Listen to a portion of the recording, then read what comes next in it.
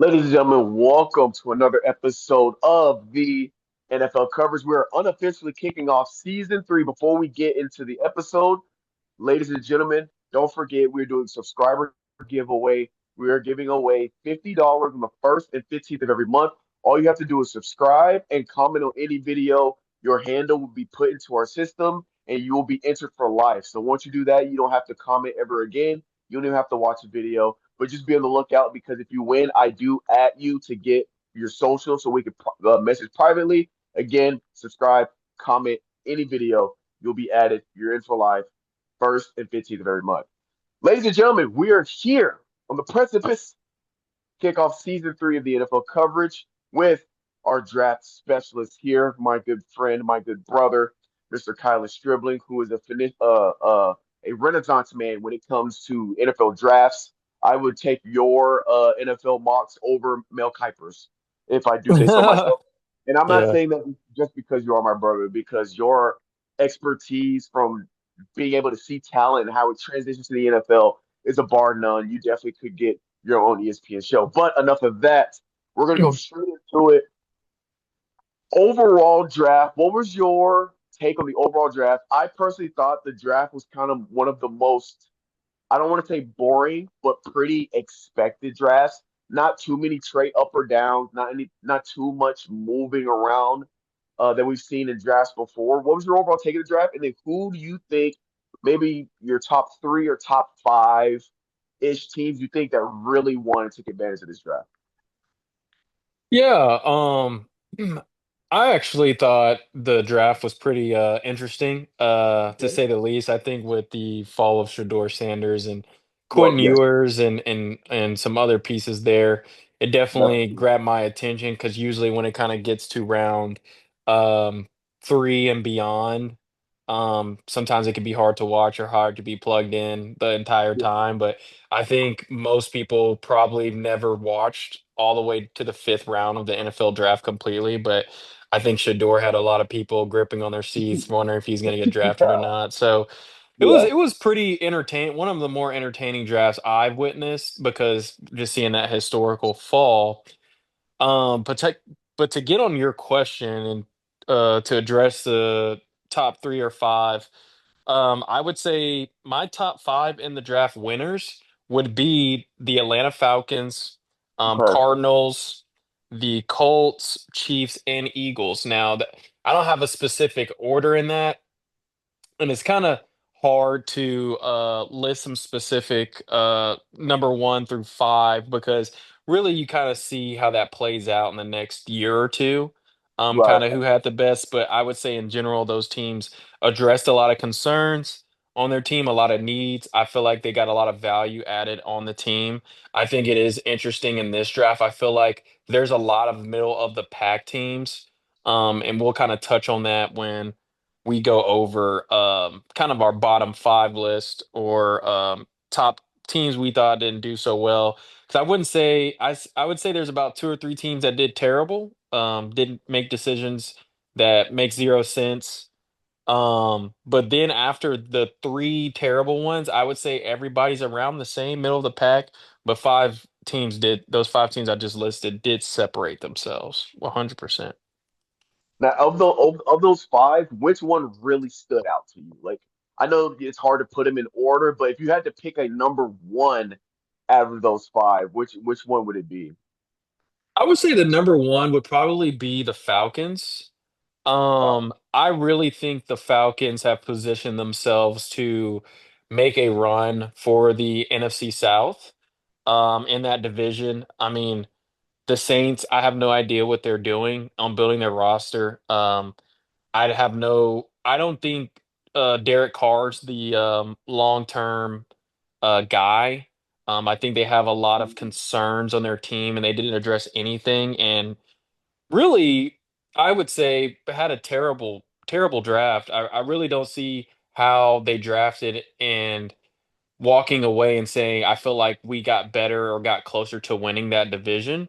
But I felt like the Falcons did. I would say the Falcons needed to address defense, and with Yes. their first four picks was defense. And it was there's three defenders that are going to be immediate starters, plug and play players.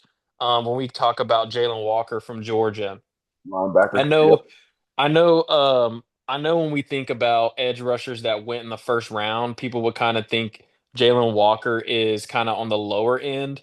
But I think he is walks on that Falcons roster and makes an instant impact. Still, I think James Pierce Jr.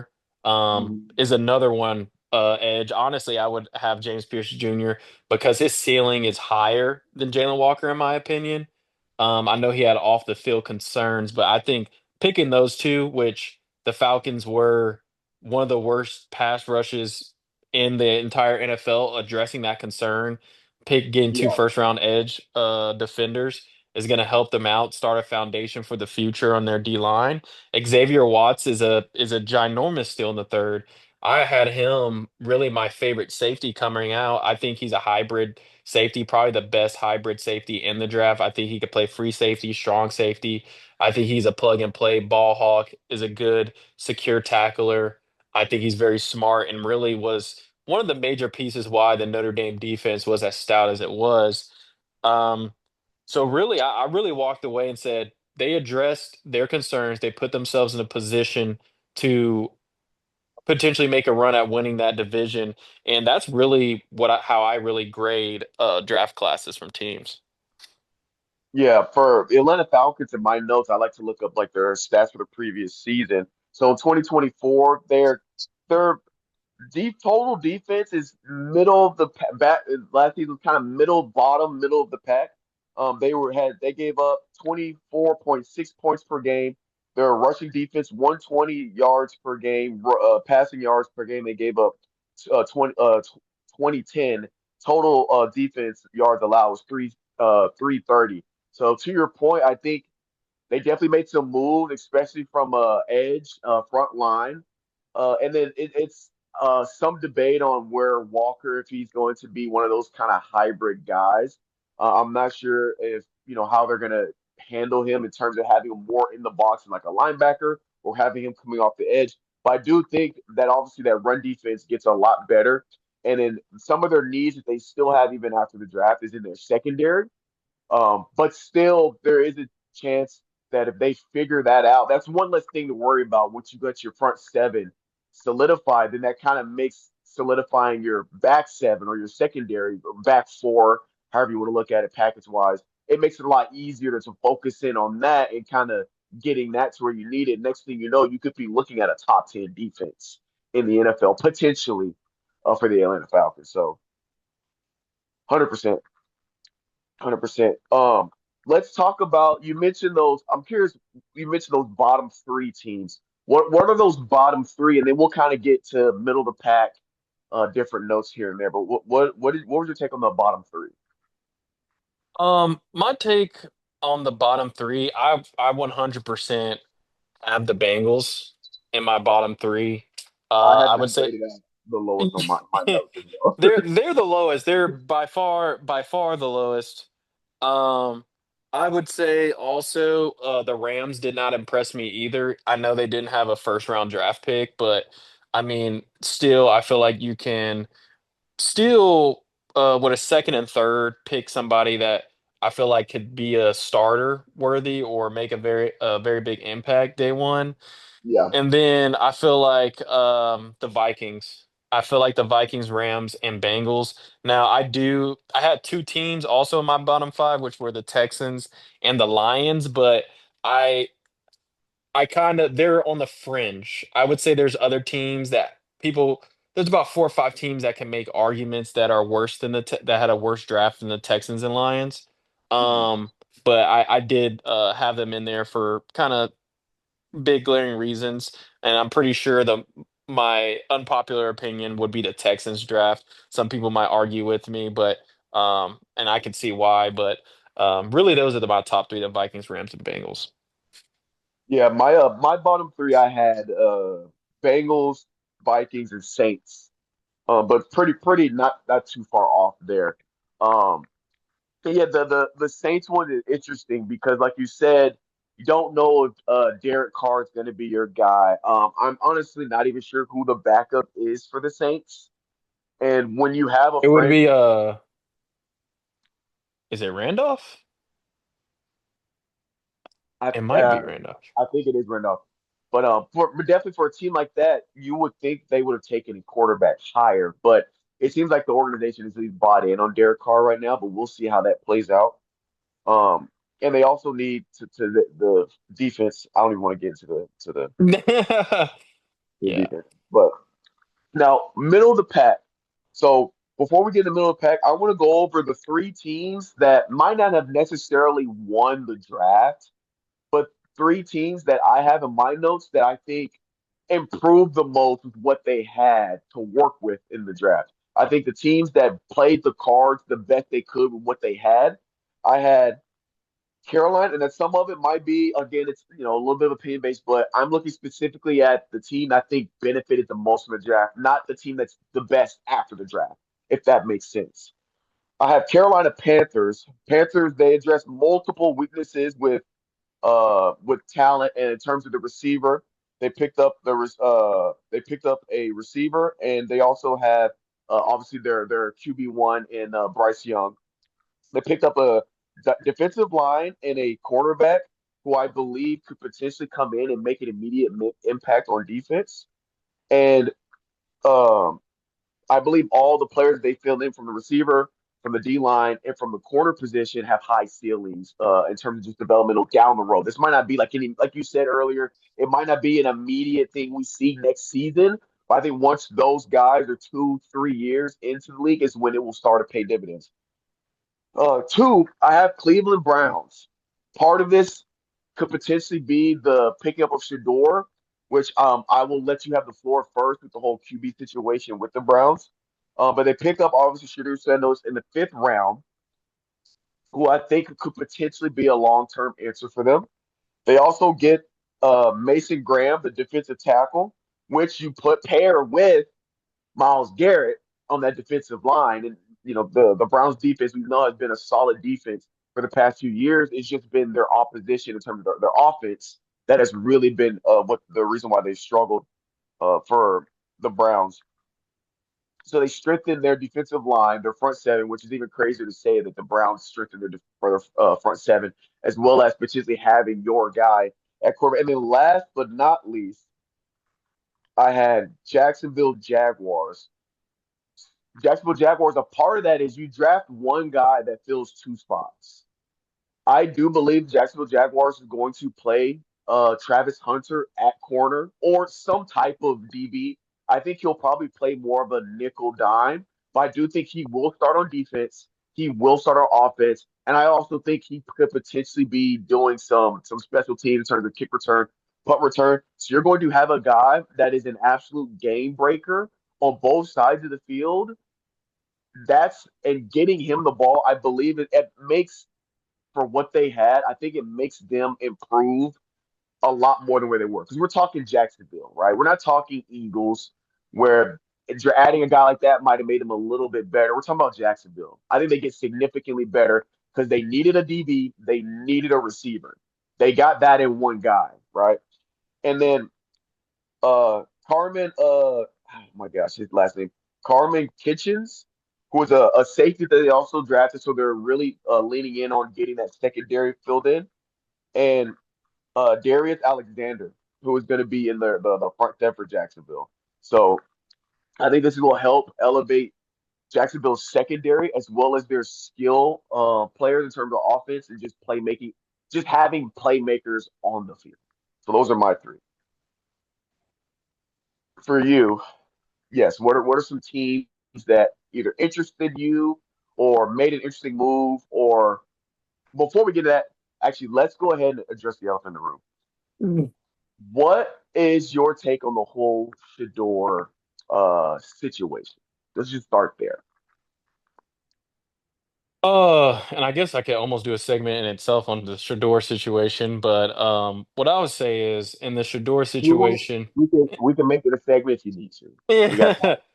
the whole Shador situation is a interesting situation, but um It's well documented at this point, why he has fallen the way he has fallen, in the draft. Essentially, I believe that the NFL teams evaluated his tape, and I feel like he just didn't go through the proper process. I feel like he thought he was a generational talent at quarterback who could, like his father, generational talent and as a defensive back, where Deion Sanders won, he was in a league. It was a different time. This is a new league. 100%. Now, 100%. I still believe if you are one in a million generational talent coming out, you maybe can skip interviews. You maybe can see what teams offer you, and you can decline interviews with teams. You cannot work out. You cannot throw. You cannot test. You can do all these things if your tape and your evaluation allows it. Right. And I feel like Shador had an image of himself that was not the image that every other NFL team had. Now, I think a lot of NFL teams made the mistake of passing on Shador. I think the Saints and the Rams should have not passed on Shador. I think Shador is a good enough quarterback that he should have made it to those teams. And those teams went in a different direction at quarterback that I feel like will hurt them in the long run, especially the Saints, probably short run. It made no sense to waste draft capital. If you know you're going to get a quarterback in the draft, then get Shador Sanders. I'm fine with those teams passing on Shador Sanders, but why even waste the draft pick on a quarterback that is not that good? And that's putting it lightly. I'm not trying to be mean or call anybody out, but those quarterbacks are not the level of Shador Sanders. Those quarterbacks will be in the NFL for maybe 2 to 3 years, get their opportunity, and be terrible. But Shador Sanders is a quarterback that is a starting quarterback that's going to be a quarterback in the NFL for at least 5 to 6 years, that will start in the NFL for 5 to 6 years. Now, switching on the topic of the Browns taking him in the fifth round, but drafting Dylan Gabriel at the third round, I Right. think that was also interesting. I think that just shows that the owner of the Browns 100% called the general manager and the coach and said he wanted Shador Sanders so he could sell tickets.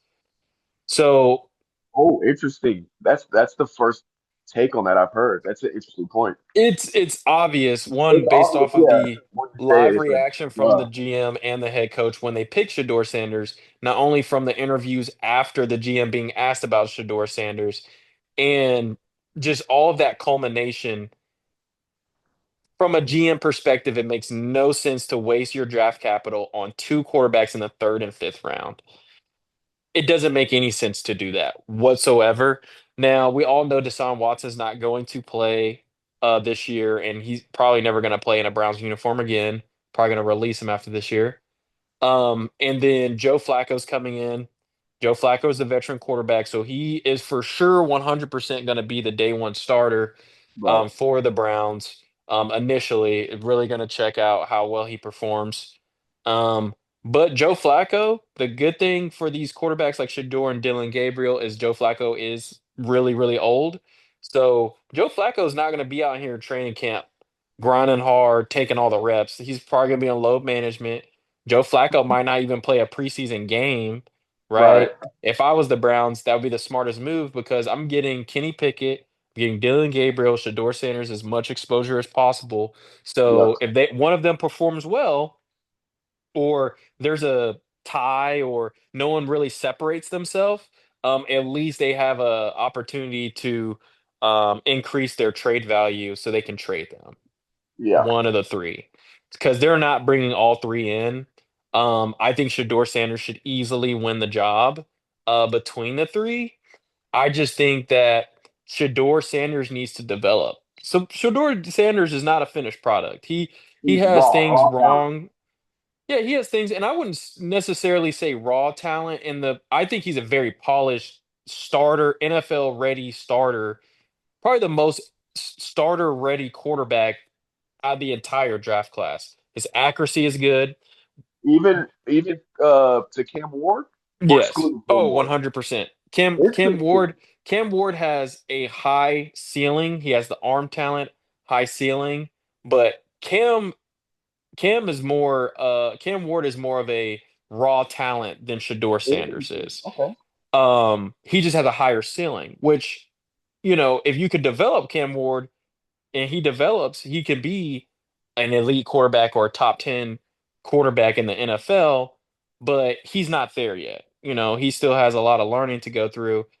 And why I say Shador Sanders is a starting ready quarterback and the most starter ready out of any quarterback in the draft is because the number one thing and the hardest thing to evaluate about a college quarterback is toughness Hmm. and how he reacts to pressure.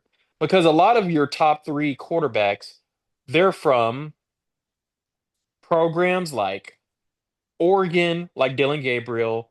They're coming Miami. from very high esteemed programs. Look at Miami, for instance. Yeah. Cam Ward. How much of his highlight tape have you seen where he's sitting in the pocket for 10 seconds nonchalantly throwing the football with no footwork and just flinging it out there, and he has 10 seconds to throw the football down the field, Yeah. throw 50-yard bombs. True. He had amazing protection, Offensive had plenty line. of time to Yeah. throw the ball the majority of the times. In the NFL, you don't get that. You get to a team that is garbage, and you have 2 seconds to throw the ball. And then not only that, you're getting hit by NFL defensive linemen on a consistent basis all game long. You have 2 seconds to throw the ball. So it's hard to evaluate when you have these quarterbacks that have all day to throw and you're at the University of Alabama and you're playing UT Chat or you're playing you have all day to throw and you're throwing to five-star receivers that have 5 yards of separation. It's hard to evaluate. Shador Sanders, he had 1 second to throw the football every play, was getting destroyed, getting sacked every play, getting hit in the mouth every play, but he got back up and he would throw for 400 yards. He got back up, would throw for 4 touchdowns, would get back up and lead a 2-minute drive.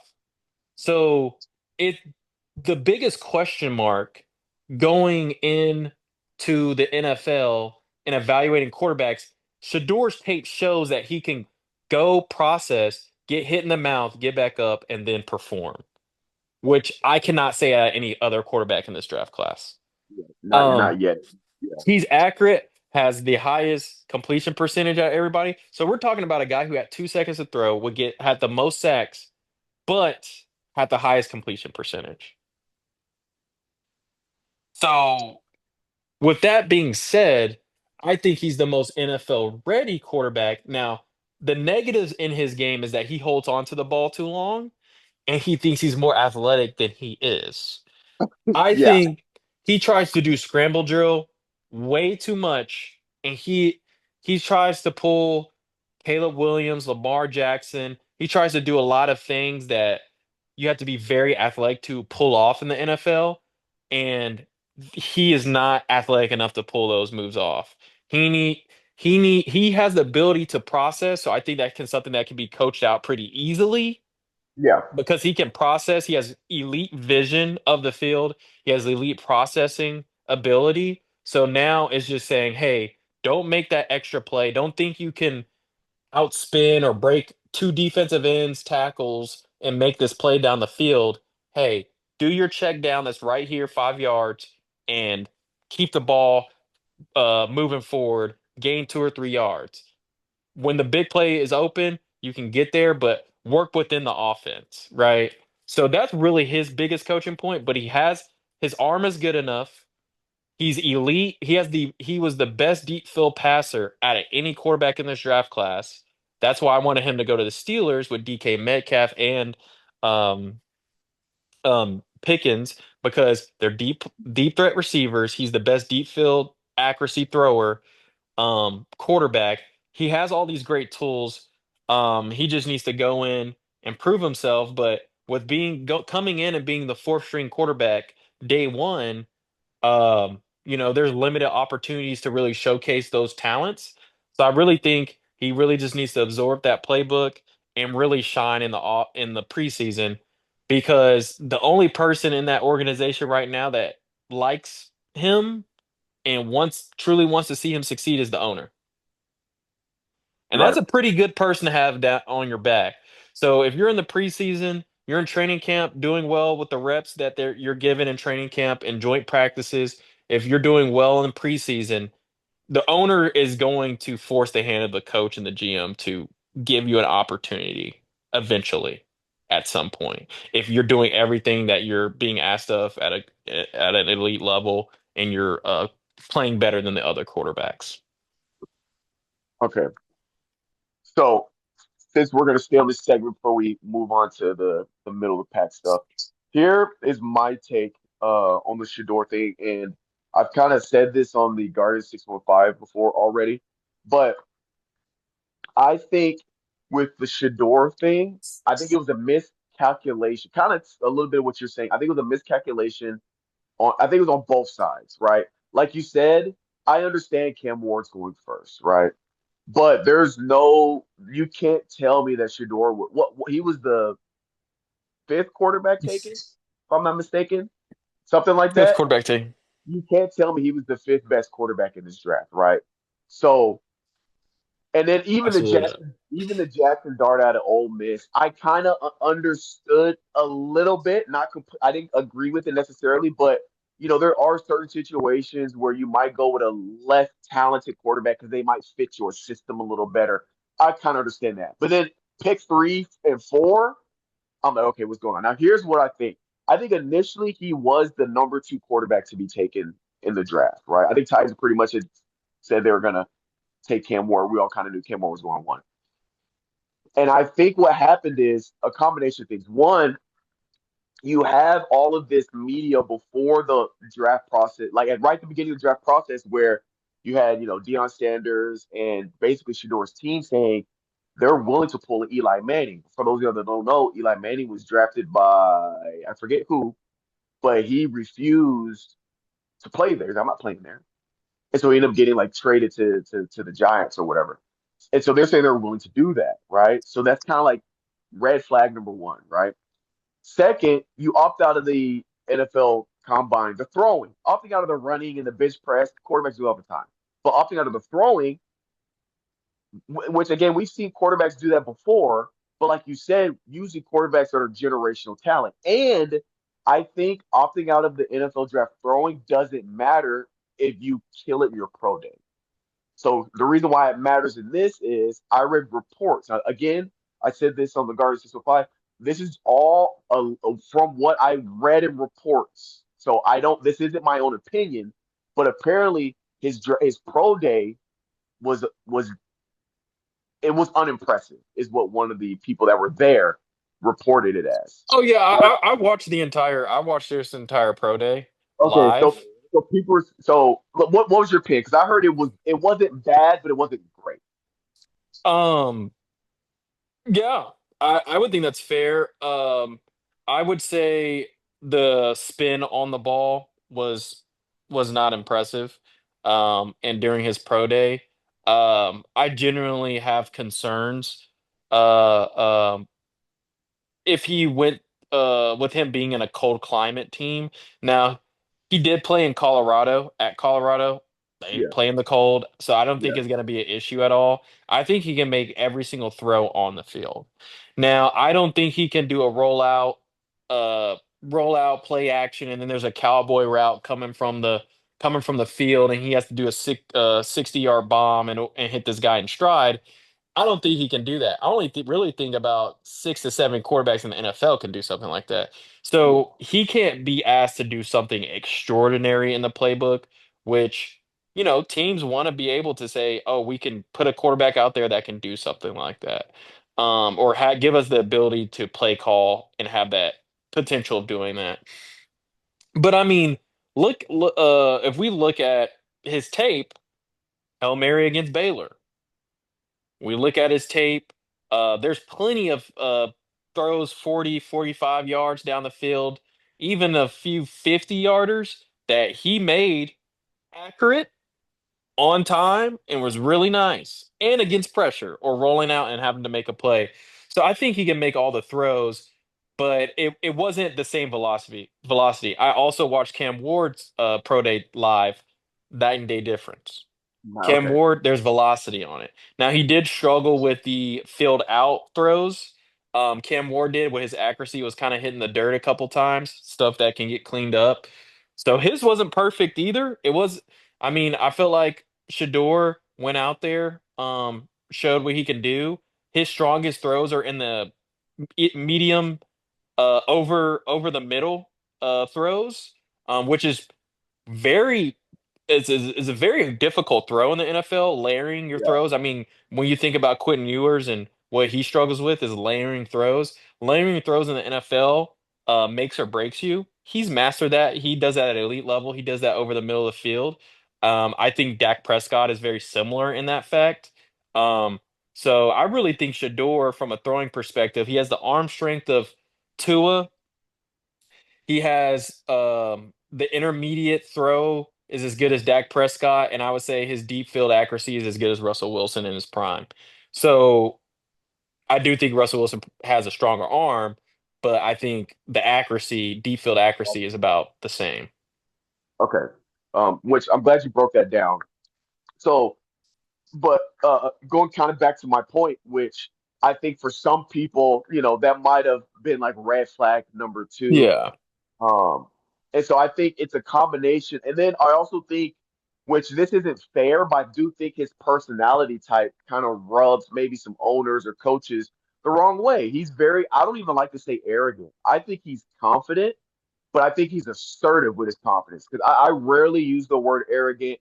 I rarely use the word conceited because I do think he's a humble individual. I just think he's confident because he puts in the work. Like you don't win the Big 12 Offensive Player of the Year and just be some guy that's not confident in himself and just a guy that's just not talented from a quarterback perspective. But I do think his assertiveness with his personality might be deemed as a quote unquote distraction, depending on, organizations and maybe the front office, which I think that's another red flag. So I think at the beginning of this process, I do think he was going to be taken.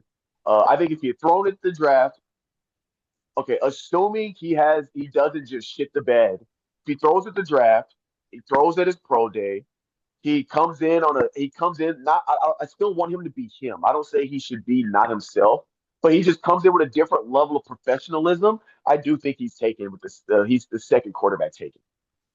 Yeah, So and there's two things I want to comment on about that. One is I would say how he's handled this entire situation about getting the prank phone call. I think the situation with how he's handled being drafted in the fifth round and his slide. There was an interview done after he got drafted, I think by some reporters from Cleveland. I don't know if it's from the Browns organization, but it was definitely some Cleveland reporters. He has handled every single question after his selection professionally. He is answered in the right way, mature way. I mean, I followed him very closely in Colorado, and there was a couple things that he did that probably haunted him and probably hurt him in this draft process.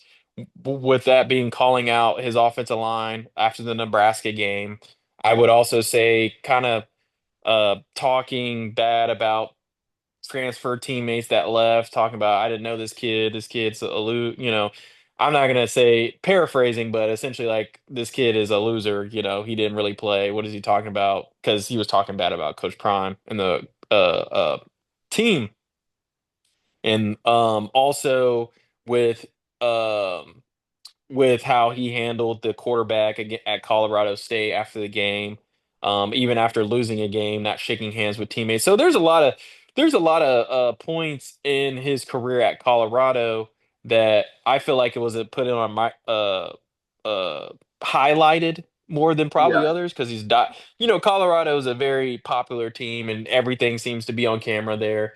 Um, so I think that hurt him, but I think so far since he's gotten his selection, he's done everything right. yep, And he's not being a victim. He's coming in no, just happy about an opportunity. oh, I think he's gonna be yeah, good because yeah, he's I won. love. Go ahead. No, I mean I'm just saying is he's one of his teammates have tweeted at him, and it seems like the locker room's going to be behind him for sure. It seems like the owner's going to be behind him. I think his first mission in Cleveland is to learn the playbook and to win over his coaches and that GM. If he can win over the coach and the GM, then it's about then working your way through the depth chart, beating Dylan Gabriel, beating out the competition, and then getting an opportunity to get on the field in a regular season game. And at that point, that's gonna be on you. And if you show all you gotta show out is one or two games being Shador Sanders, that ship has sailed, and you're now the starting quarterback for the Browns for the next couple of years. Yeah, I 100% agree. I love his reaction when he did get drafted, the excitement, the happiness, how he, was tweeting out how happy he is for the opportunity and blessed. That really made me happy once I want him to succeed. I want him to do well. And it would have been, obviously, I'm glad this didn't happen, but imagine if he had got drafted and he was so pissed about sliding that he kind of had like a piss poor attitude about being taken in the fifth. I thought it looked terrible. But the fact he was excited, he was happy, he was ready to get there and put in the work. He's gonna show why all those other teams are gonna regret not draft. I absolutely love it. And then but last point I do want to harp on the Browns thing. We can move on is the quarterback room, right? They got five quarterbacks. They got I guess four and a half. Deshaun Watson, Joe Flacco, Shador, Kenny Pickett, and Gabriel, right? And you see five quarterbacks on the roster. Two of them won't be on the roster come week one of the week one of the season, right? They're only going to keep three quarterbacks. And so I think this is a perfect opportunity for Shador because one, at this point, being drafted fifth round, and like you kind of said, the way the quarterback room is set up, I feel like he's pretty much guaranteed at least worst case scenario that third spot. He's gonna make the team, right? And so he's playing with house money. I think, like you said, if he shows up, kind of starts to build chemistry with the coaches, maybe working in the playbook, getting in extra work with the guys, or where his offensive linemen or receivers, really focuses on being there in that moment, all he has to do is show up and show out. You know, like you said, I don't know what the whole Deshaun Watson thing is, like the situation, to be honest with you. I don't know come camp who's Joe Flacco's probably taking the one reps. And like you said, maybe. Like you said, Joe Flacco's got time. If we remember, Joe Flacco was sitting on the couch before he got called up. Like he was retired, like, and he came in and just had a stellar 1 year.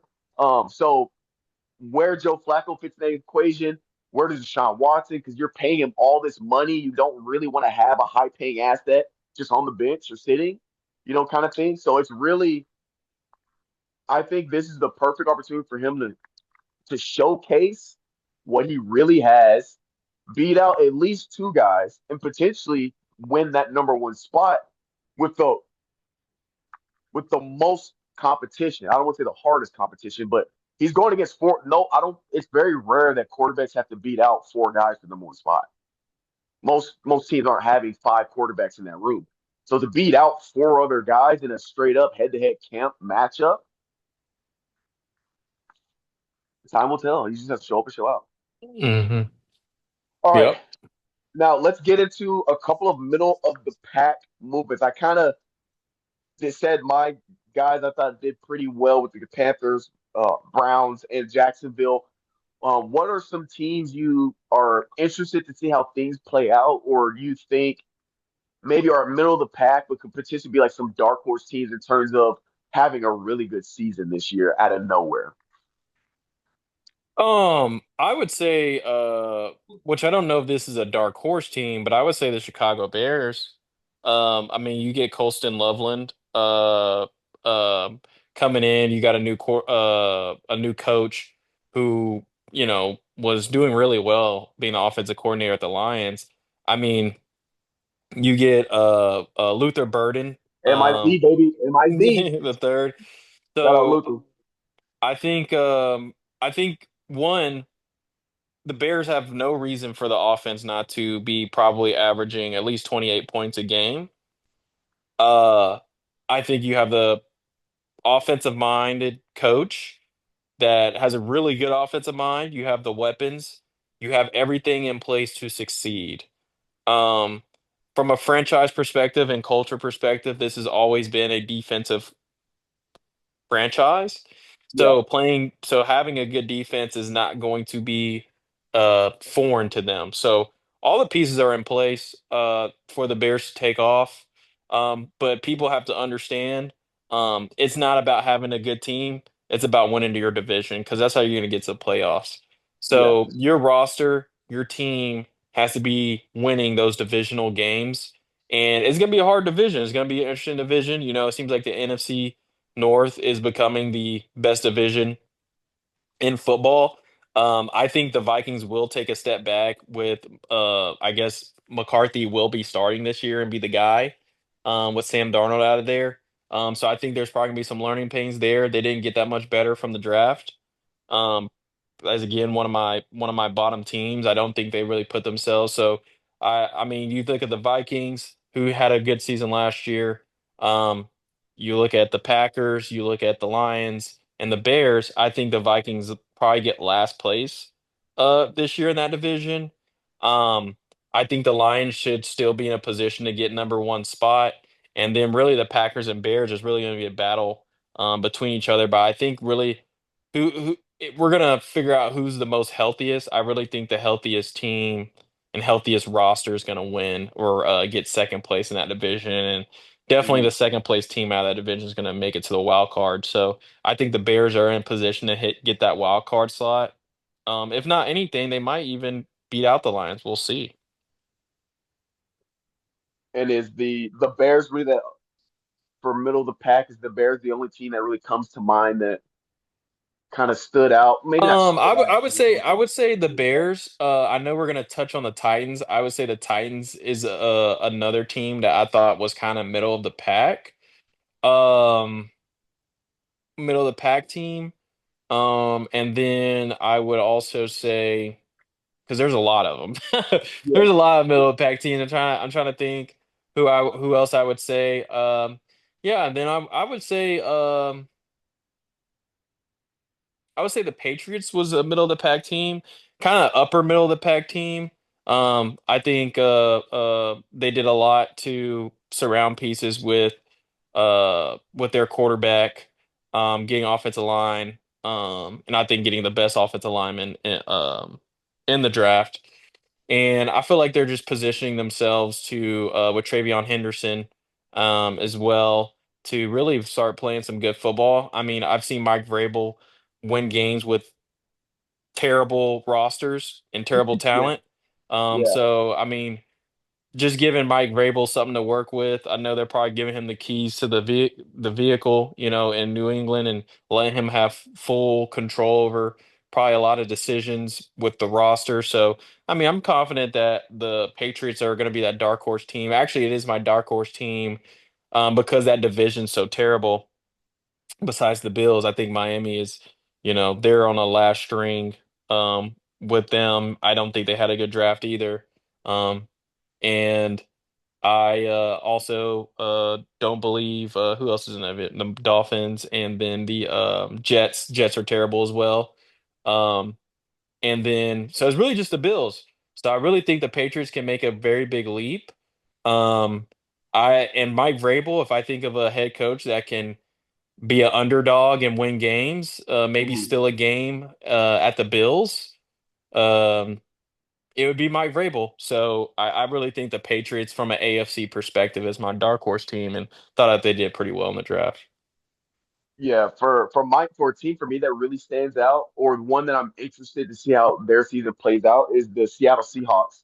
Obviously they picked up Jalen Milroe out of the Alabama, and they also picked up. They went pretty like for the most part pretty defensive heavy, which is another team like you mentioned for the Bears where they're not foreign to having a solid defensive presence. You know, Legion of Boom is kind of been was their identity during their prime dynasty era, and so really solidifying that defense, especially the secondary. That's really what they were known for. There's the secondary being absolute monsters.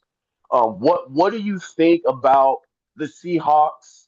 Just your take for my team that I'm interested in, like the Seahawks and potentially Jalen Milrose, his impact because You think he's an immediate impact? 'Cause I know they re-signed, shout out MIZ, they re-signed Drew Lock. Shout out to Drew Lock. So you got a veteran guy that's kind of knows his ways around the offenses and dishing up defenses. Um, from what's your take with the Jalen Milrose as well as just the overall Seahawks organization? I think the Seahawks are going in a good direction as an organization. I think they're really trying to build a strong foundation for their team. I truly think the NFC West is wide open at this point. I mean, the 49ers have taken a step back, Mhm. and I think they're kind of almost in a mini rebuild phase right now. And a lot of their veteran guys are getting older and are either on the edge of retirement or they're going to have to pretty much move away from in the future. So their Super Bowl window is dwindling. I think the Cardinals had a fantastic draft. I'm actually think that the Cardinals are putting themselves in a position where they can start competing and doing pretty well. But the Seahawks are there as well, and the Rams. Now the Rams have a lot is a very young and talented team, but I just think that the Rams are kind of going to stay the same. I feel like they really in free agency and in this draft, they haven't really made any moves to really put them over that hump to be a Super Bowl contender, in my opinion. So I think the Seahawks are going to continue to get better. Now, on the Mhm. Milrow perspective, I honestly don't think Milrow. I'm not the biggest fan of Milrow. I've seen him at Alabama. I think he has very big processing issues. I've seen people wide open down the field. He hasn't seen them just wide open. Hasn't make those throws, but it's just because he has that big arm.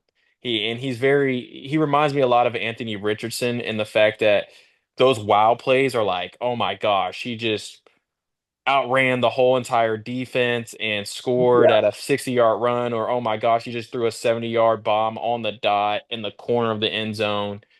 Like these wow plays, like, oh my gosh, if he could tap into that and consistently do that, then he's going to be amazing. But I don't think he has the processing capabilities to do so. If he doesn't have the processing capabilities to do it in college, I just kind of don't think he's going to be able to do it in the NFL because your processing capabilities will have to increase in the NFL, not decrease. So I right. definitely think he needs to at least have a 3 years where he can learn under somebody, really get into the game. Um, I kind of think Milrow career track is probably going to probably be more of a Malik Willis career track. Um, Interesting. where I just pray he does not start early in his career. Mhm. I hope he has the time where he can get developed, be behind someone for a couple years, and then maybe on year 4 he could be a really serviceable backup or be a very serviceable starter or make his starting debut to give him a good opportunity to showcase his talents in a positive way to the Kind of public. like the Jordan Love track where he sat behind Rodgers, learned from, him, and then once he got his opportunity, he was ready to He was go. ready for it. He was He ready was for it. ready. Yeah. All right. So segue to like our last little segment because this wouldn't be an Ivy Talks podcast network NFL coverage draft coverage if we did not talk about the Titans because you and I are from Nashville. So those of y'all that aren't Titans fans, I don't apologize. We're gonna go into it. I'm just gonna let you run with it, go with it, kind of lead this segment. Pretty much you've been leading the pod, but Titans, what are you thinking? What's your opinion on their draft, free agency, what they've done? What do you think about the Titans after this draft? After this draft, it's very encouraging because this is really the first time we're seeing the new GM. And so, from my perspective, as I break down GMs, because I kind of do a review of GMs every year and kind of what moves they make, because the NFL is a copycat league where it's funny because you'll see teams that go to the Super Bowl, go to the AFC Championship. People like to copy how they built their roster. Look at Yeah. the Eagles. And I think the Eagles winning. Guess what happened in this draft? A lot of off trenches were drafted. A lot of D Yeah, tackles. A lot of yeah. That's probably the most D tackles I've seen drafted in the first 3 rounds in like forever. And a Um, run, a heavy between the tackles. Running back was drafted in the first round as well, with like the Saquon Barkley type of. exactly, because the Yeah. league is starting to become more a run heavy league more now than ever, and coupled with it was a very strong running back class. Mm, Um, so you're starting to see, you know, GM philosophies change, roster building philosophies change, and so you kind of saw that in um knowing the our new GM at the Titans, kind of seeing what his decisions are made, it kind of shows how does the coaches want to move forward in their offensive scheme. What are they going to do? What personnel are they going to start running? Because you got to have the personnel to run certain personnel. right. So Literally. just yeah, just seeing that, I was really impressed. I would say this is one of the best drafts the Titans had probably in the last 8 years. Um, Okay. so I'm really confident. I mean, it in my opinion, it's probably I would say it shouldn't be hard to draft as a GM in the Titans position right now when you need a lot of pieces because every pick looks good because you need Right. everything's a need. Yeah. But I Yeah. thought it was uniquely difficult if I was a GM because the Titans' needs were the draft was not strong in the positions the Titans needed the most. For example, I would say the biggest positions, um, the strongest positions in the draft, this draft was tight end, running back. I could argue it was a good draft class for defensive back. Um, and I would say edge rushers. Edge rushers. So um we necessarily a lot of those we have a good running back. Actually, the running back room is the best running back room position group the Titans have on the roster. I would say D tackle and running backs are two strongest ones right now. We have a serviceable, pretty good tight end room. Yeah. Yeah. Um, and really the defensive backs we're good on. If we have a healthy defensive back room, on paper, we should do pretty well. But edge rusher was definitely a big one. So Cam Ward, so glad the Will Levis saga's over because Will Levis, and I'll give it to you, Will Levis is a good quarterback if he does not turn the ball over. He's a good quarterback if he doesn't turn, but he can't stop turning the ball over. So we gotta get rid of him because that's losing football. We will not win Yeah. games if you turn the ball over. So we gave Will Levis his opportunity. We tried investing in him, doing our best. Just not going to work out. So Cam Ward was a hit. Um, I can't pronounce the DN from UCLA. Um, Oda Odaju. I don't know. That's the last name. But he's good. He has a lot of length, a lot of size, which in free agency we got a lot of DMs with a lot of length and a lot of size. So he matches the scheme. He's going to be a really good in the run stopping ability. Now, do I think Mhm. he's going to he is a developmental player. I don't think he's going to go out there and give us 10 sacks his first year. I think maybe 3 to 4 and at best, but at least he's going to be able to stop the run. I still think that's something the Titans need to address, but it is something where we look back and I feel like he's at least going to be a good player for the Titans for the next 2 to 3 years, and we'll see how things pan out from there. Um, Kevin Winston Jr. from Penn State. I actually do not like that pick. Um, he's a really good safety, and I really wanted Xavier Watts, the Titans to draft Xavier Watts because we need a pairing with Amari Hooker. Um, and um, I just I think he's a good player when healthy, and he's a good pick when he's healthy. But we already went down this train with Caleb Yeah, Farley, yeah, and I'm like, let's pick a healthy person coming out of college because we tried. Traylon Burks had injury history, big injury history in college. Caleb Farley had a big injury history in yeah, college. I'm staying away from injury history people if I'm a Titans. I'm not doing it anymore. yeah, So I didn't like it for that reason, but I mean, if he's healthy and he pans out, I mean, that's a steal. If he does. Um, Now I didn't like Dyke from Florida. I mean, I understand why we got him just to add more speed in the receiver room, add a little bit more dynamic players. I'm thinking maybe special teams guy. But I mean, I wasn't the biggest fan of that pick. Gunnar Helm is a great pick. Maybe a Josh Wiley replacement in the future because they're kind of the same. But that's pretty good. You have Chig, Okonkwo, Wiley, and now Helm. I think Helm is a great player, going to make a good impact. Honestly, that's why I'm kind of thinking maybe next year our tight ends get more involved in the passing game mhm, because our receiving room is our tight end room is pretty strong right now, but our receiving room is about middle of the pack right now. So I'm like, hey, let's make that strength and let's try to lean on that strength and maybe get the tight ends more involved in the passing game. Um, I'm gonna butcher this one, but Alik Aminor from Stanford. Stanford, yeah, receiver for Yeah, Stanford. that was a fantastic pick. I think Yeah, he's going to be a day one starter for us, a plug and play starter for us, especially at wideout, which we're desperately needing a big body wideout receiver. And I mean, especially now that Westbrook Akeenum's not on the roster anymore. yeah. He's going to be a day one starter for us.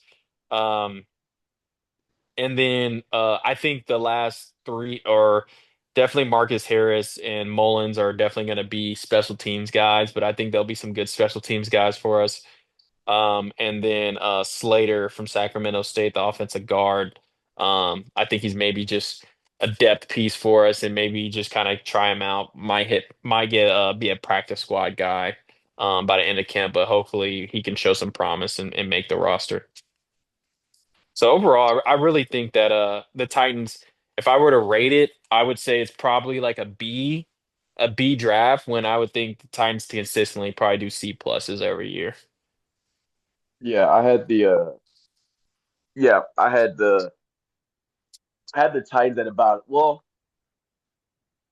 I had them at a probably a B minus C plus, but with a little bit of a different criteria in the grading. But yeah, I see that. I'm interested to see how obviously the offense is where the Titans need the most work. Because defensively, 2 years ago, we had a top five defense. Even last year, we had a top five defense earlier on the season. But when you keep turning the ball over, putting your defenses in bad field positions, your offense can't stay on the field. Statistically, it'll look like your defense is worse than it is because you keep getting put in bad positions and you're on the field all the time. So I think if you could just get the Titans to a point where they have a middle of the pack offense, I think their defense will be a top five defense, or at least a top 10 defense. Yeah, and I think right now in free agency, I think we've addressed the majority of our concerns in free agency with our offensive line. I actually think our offensive line is probably going to be a top Oh 15 offensive line. Our running back room, I am happy with. I like the pairing with Tony Pollard and Tajay Spears. Um, so I like that pairing, like Cam Ward.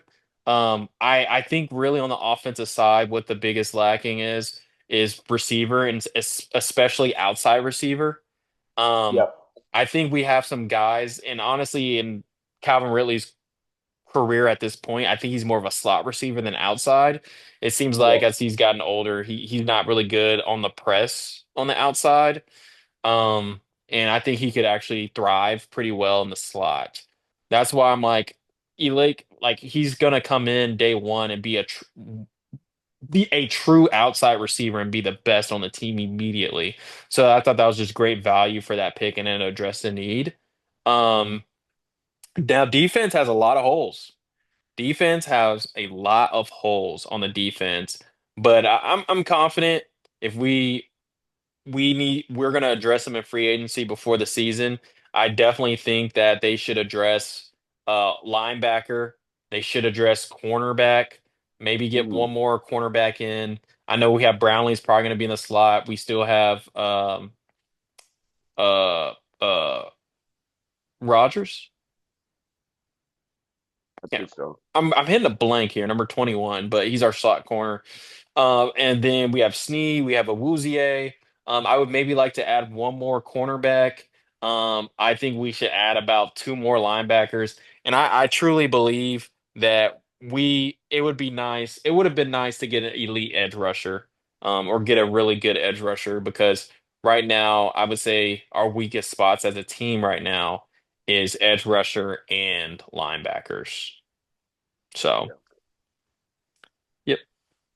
100%. Well, ladies and gentlemen, that's going to wrap up our recap of the 2025 NFL Draft. Thus far, with this quote unquote bonus episode, unofficially kicking off season three of the NFL coverage. And I am excited to get this season started. Just as a reminder for those of y'all that have been here for 3 seasons, or for those of y'all that are new, the next episode of season three will be after week one. We don't do preseason coverage, but week one, we will be back to give y'all the official kickoff of season three of the NFL coverage. Kylan, I appreciate you for taking time and Yeah, being no problem. our draft expert here at the I Talk Podcast Network.